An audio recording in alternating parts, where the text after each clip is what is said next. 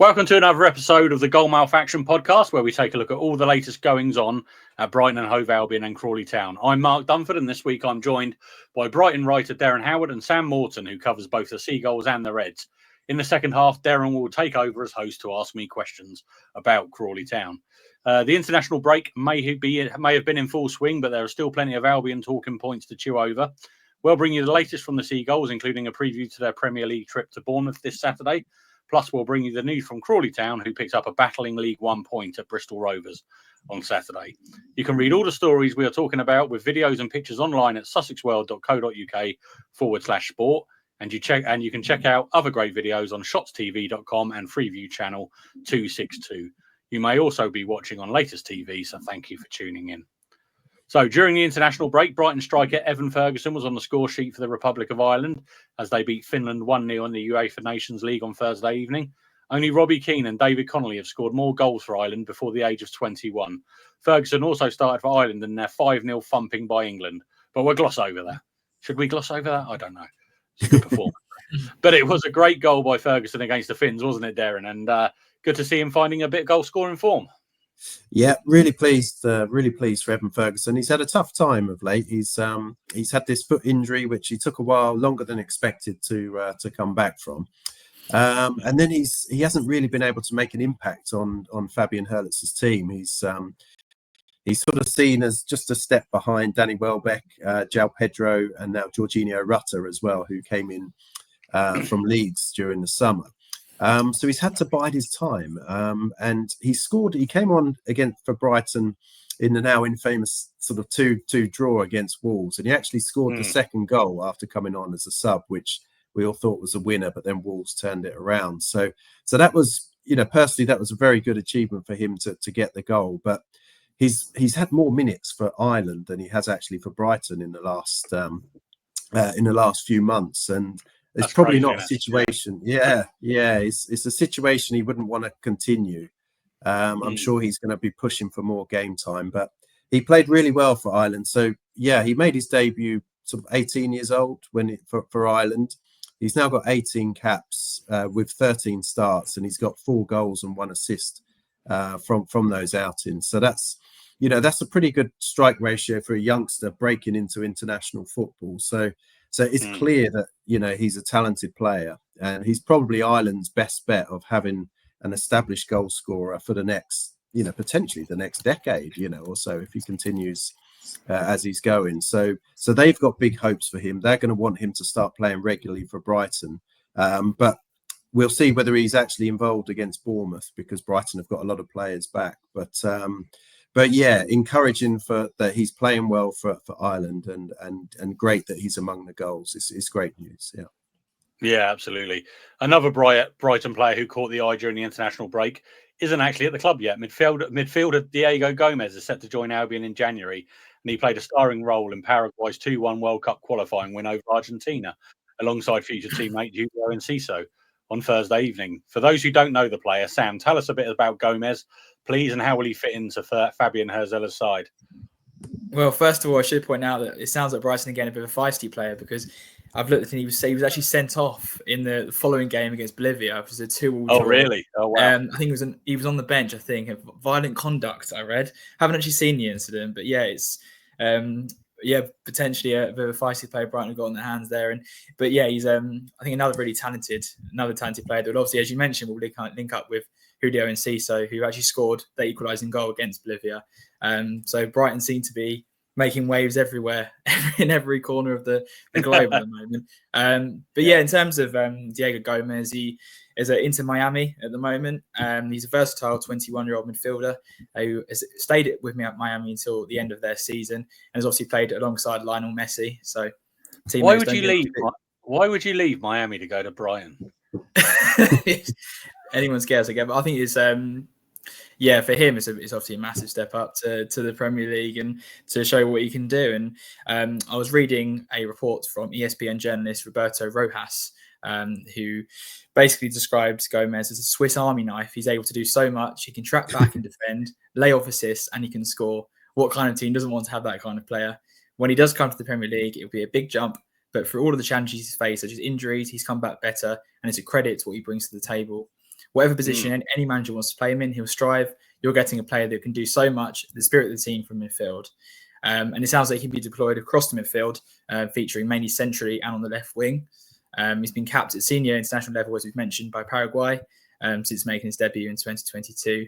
And has represented his country at the summer's Paris Olympics, starting all 4 matches. And he also captained the side as Paraguay reached the quarterfinals. So, yeah, I think, as you mentioned, he's a good role in the 2-1 win over Argentina in the international break. And clearly, he's got a lot of talent. And it'll be interesting to see how he fits in at Brighton in a team with obviously lots of attacking talent. So it'll be interesting to see what he adds. Yeah. Oh, no, he sounds like a good prospect, doesn't he? Yasin Ayari has been on international duty with Sweden, starting both games against Slovakia and Azerbaijan. The midfielder has begun to prove himself at Brighton despite the club's big money signings and his own challenging loan spells in the Championship with Coventry and Blackburn last season. How impressed have you been with Ayari, Derren? Surprise package for Albion this season, do you think? Oh yeah, definitely. I think most fans and most people who follow Albion would have expected another loan this season. As you say, he struggled a bit on loan with Blackburn and Coventry last season, and it was interesting to see what they were going to do with him this year. I was expecting another loan to the Championship or maybe to a European club this season, but he made a big impact in pre-season on Fabian Herletzson. He played very well in the tournament in Japan. And I think that's when Herzilla realised that he's got a player that he can use in the Premier League this season. He's very, very aggressive on the press.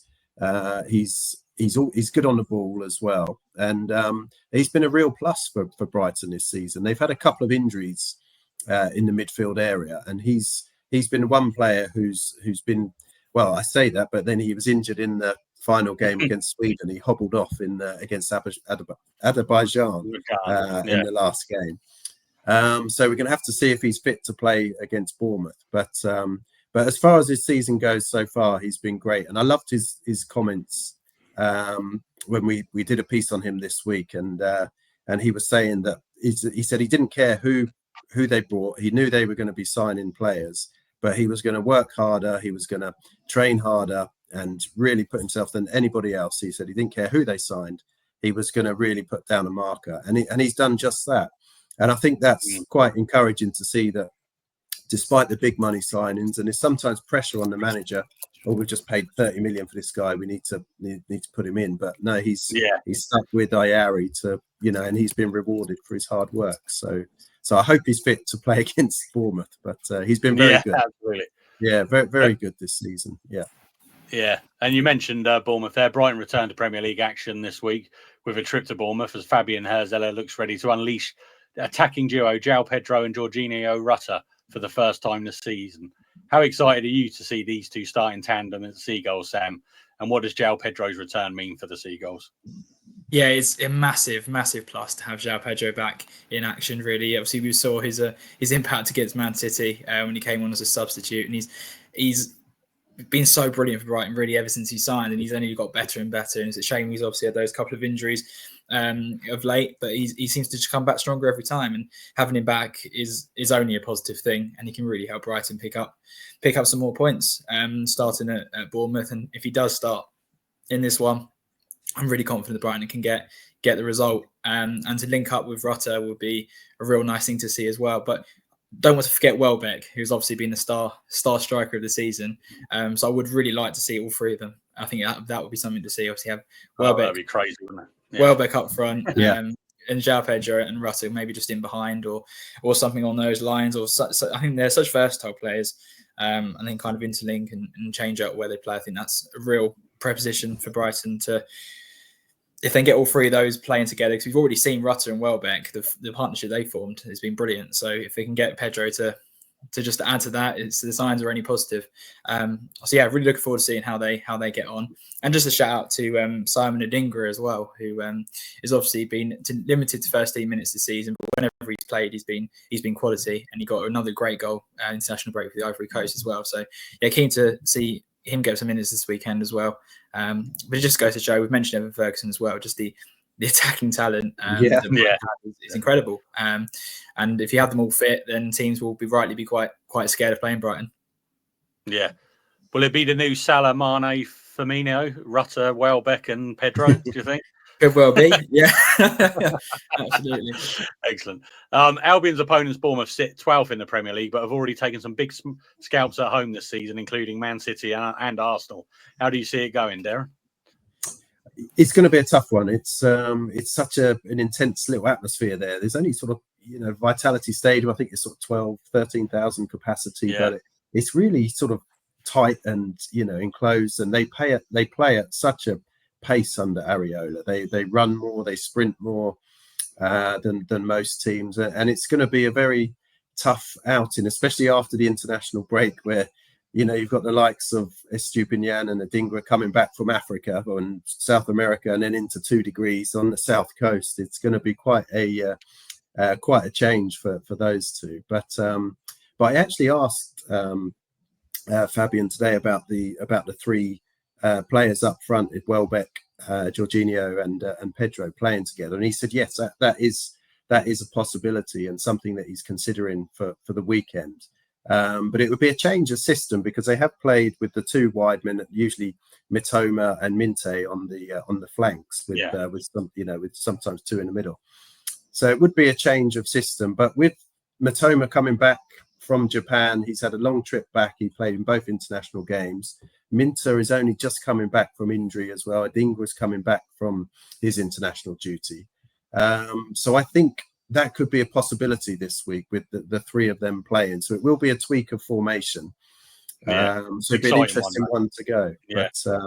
But it's going to be a tough occasion. As you say, they've beaten Arsenal, they've beaten Manchester City at the Vitality. So it's going to be a difficult one for Brighton, and especially if Lewis Dunk isn't fit as well. I think we spoke to the boss today, and he's saying that it's a bit dodgy whether Dunk's going to be fit or not. So it'll be an interesting one. But in Dunk's absence, Van Hecker and Igor Julio have played well in his absence. So.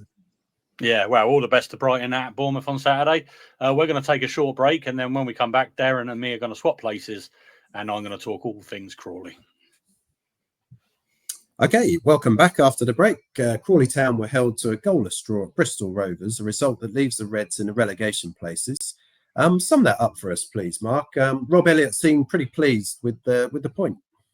Yeah, it was a good point. I mean, any point that they can get away from home this year, Crawley, they're going to be pleased with. They got some big, tough trips to come, and have already been as well. But the first half was a little bit of the Truman show. Connell Truman, the emergency loan keeper, he pulled off some wonderful saves to keep Bristol Rovers at bay. They had a lot of chances, especially early on, but he was on top form, Truman. And then second half, it was all Crawley. It was completely the one-way traffic, but they struggled to get any kind of goal threat. They had all the possession, created a lot of chances, but actually testing the Bristol Rovers keeper, there wasn't that much there. So, yeah, it was a really good performance. Probably a missed opportunity. I mean, there was a shout for a penalty for Crawley in the dying moments of injury time, but the referee, I saw a few people saying the referee bottled it, giving a penalty to an away side right at the end would have been quite a thing to do, especially at a place like the Memorial Ground, I think. But a really good point. And I was talking to Rob Elliott this morning, and Ronan Darcy the same. They both said they've now got a little bit of a momentum going. They've kept a couple of clean sheets recently, picked up a couple of points here and there. So hopefully it's start of a good run. And like I say, any time they can keep a clean sheet away from home and pick up a point, I think is a good result for Crawley this season. Great. Yeah, you mentioned Truman. He put in an excellent performance between the sticks. He denied the Pirates on a number of occasions before half-time. How impressed have you been with the Millwall loanee? Yeah, he's a funny one, because in his first emergency loan spell when he came in, he let in 9 goals in 2 games, and he didn't really show much. But to be fair to him, he hasn't played hardly a game of football in 10 months, I think it was, because of injuries, etc. And he's obviously not getting in the Millwall side. So he was brought back after Jojo Wallicott's concussion against Maidenhead. And he's done really, really well. He pulled off some, like I said, on Saturday, some great saves. And in the previous game as well, he pulled off a couple of really good saves to what one was it? The 2-2 with Huddersfield. And in the first half, Crawley were 1-0 up, I think, and he pulled off a brilliant save to keep it at 1-0. So at half time. So yeah, he's done really well, and it wouldn't surprise me if we see him again at some point. Because you could tell when you speak to Rob Elliott, obviously a former Premier League goalkeeper, you'd like to think he knows what a good goalkeeper he is, what a good goalkeeper is, sorry. And when you asked him about Connell Trueman, you could see his face lit up a little bit. He obviously rates him highly. So he could be back. Good. And what is the situation with the goalkeepers, Mark? Jojo Wallacott, he was on the bench for Ghana during the international break. If he's close to full fitness, what does that mean for Trueman, do you think? So Trueman has gone back now. He's done his emergency loan. I saw Jojo Wallacott was at training this morning, and I asked Rob Elliott about him, and he said, he's back and he's fit. Obviously, because it was a head injury against Maidenhead, they obviously have to take precautions with concussion rules, etc. and that now. So he had to miss the games against Huddersfield and which one was it? The Wycombe Wanderers game and another one. There was another game he had to miss because of that head injury. But then he went on international duty. Rob Elliott said he was a bit gutted for him that he didn't get to play because Ghana didn't qualify for the competition. So he didn't get any minutes, but he's back, he's fit, and Rob Elliott says when you've got a player like Jojo Wallacott coming back, it's going to make give the whole team a boost kind of thing. He's been really good for Crawley this year. So hopefully, he's going to be back on good form against who are they playing Saturday? Rotherham United on Saturday. Yeah, hopefully he'll be on really good form against them. Sounds good. And then just going back to the Bristol Rovers game, Tulia Shawomni's 81st minute effort was Crawley's first on target at the Memorial Stadium. How concerning is the Reds' lack of goal threat away from home and their goal threat in general, Sam? They've scored just once in their last 5 away games. You're on mute, Sam.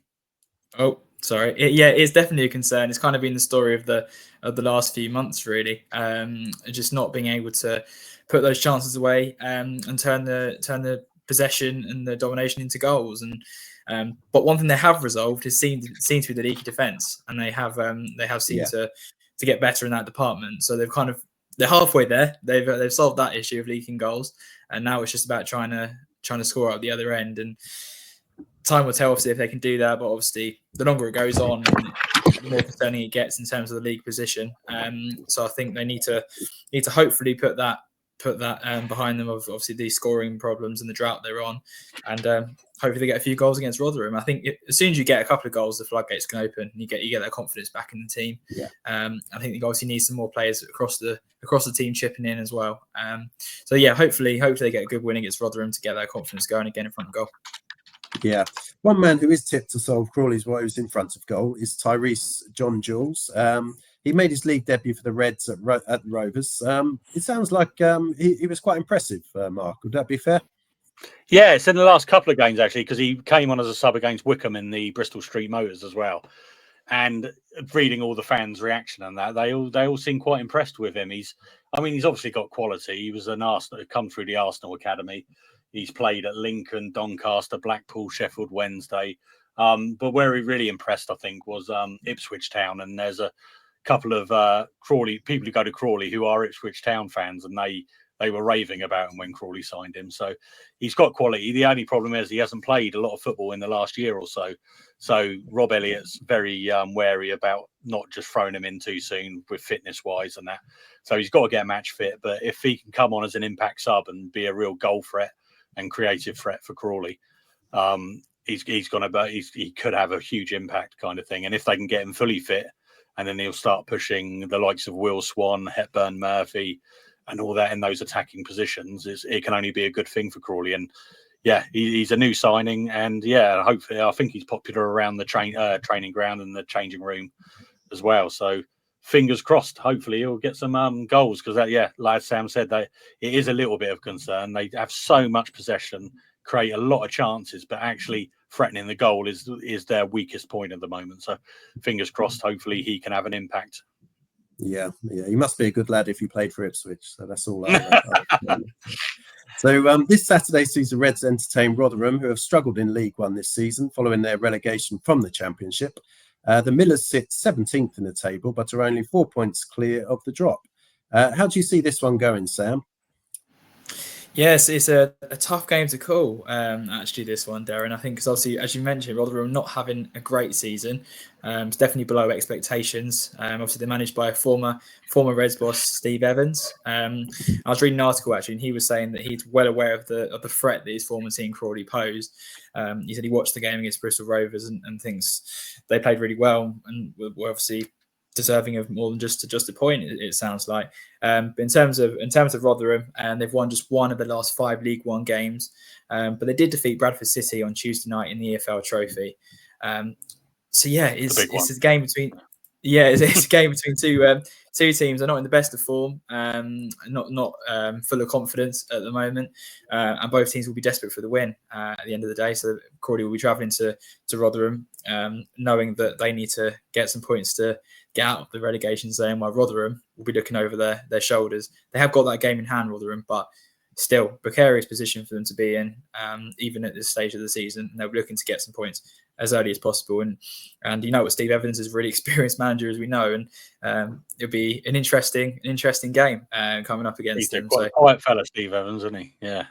Yeah, it certainly is. So I'm looking forward to it. I'm looking forward to seeing how Crawley get on, and hopefully they can get an important 3 points.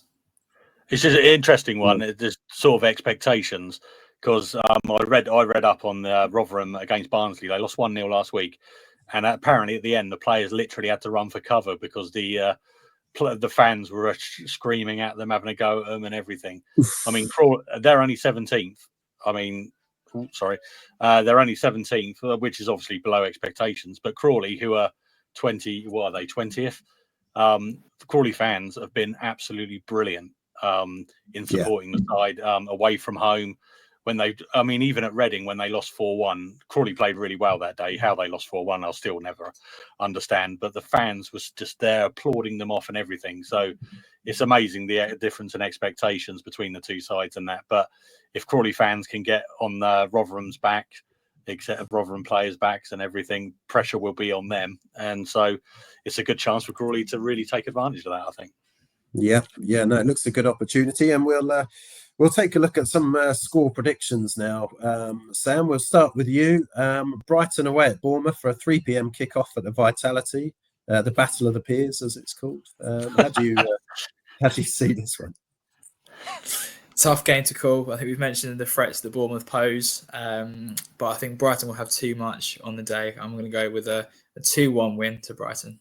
Ooh, I was going to say the same. Mark, what do you think of this one? Oh, I think there's definitely goals in this one. I'm going to go for a 3-3 draw. 3-3. Nice. I'm a bit maverick. I'm going, yeah. I think it'll be one of the games of the weekend, I think, because of the way both teams have been playing really good football, haven't they, this season? Yeah. So, it should be good.